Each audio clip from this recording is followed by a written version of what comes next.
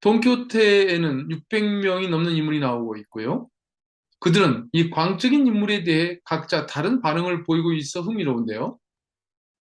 그 반응 유형의 첫 번째로는 이상한 행동을 하면서 그것을 강요하는 사람에게 정면으로 대결하는 사람들을 보게 됩니다.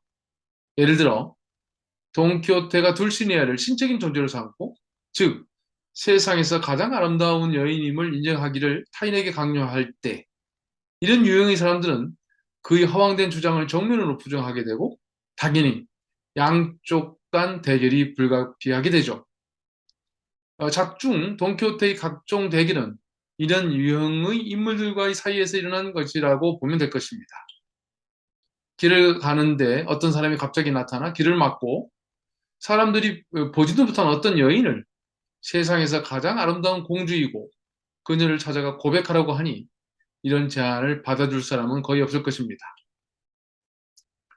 둘째로 생각해 볼 수 있는 인물의 유형은 산초와 같은 존재입니다.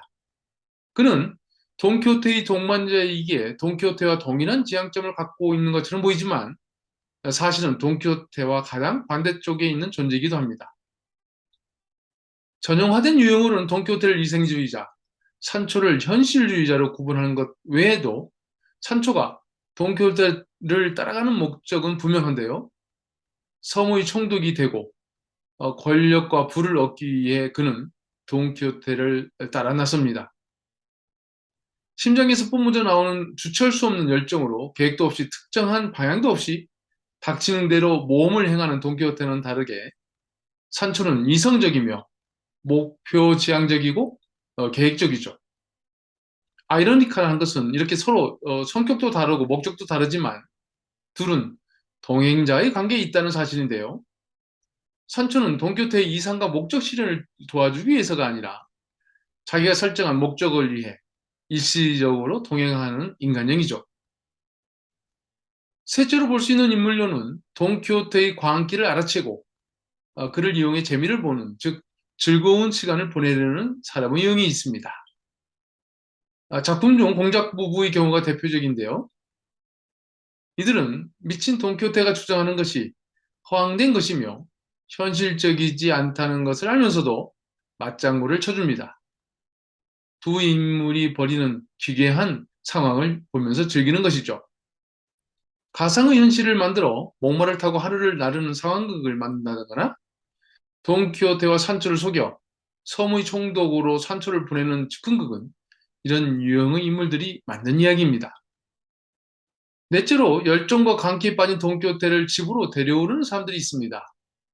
당연히 미쳐서 떠돌아다니는 사람이 있다면 가족이 먼저 나서서 그를 집으로 데려올 것인데요.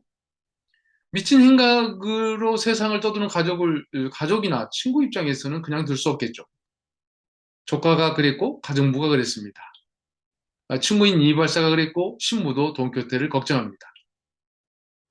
이들은 돈키호테의 광기에 맞장구를 치는 것도, 상대하여 전투를 벌이는 것도, 그를 이용해 재미를 보고자 하는 것도 아닙니다.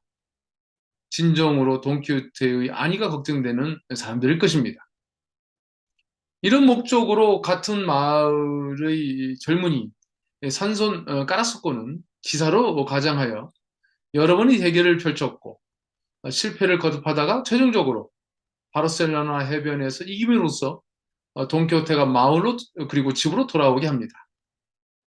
사실 열정에 빠진 사람 주변에 존재하는 여러 유형의 인물들에 대해서 그것이 좋다, 나쁘다를 규정할 수는 없을 것 같습니다.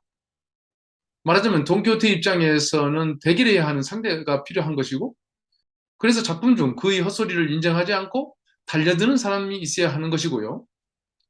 기사라고 여기는 돈키호테에게는 산초와 같은 시종이자 동행자도 꼭 필요합니다. 상호 목적하는 바가 다르단 말이죠.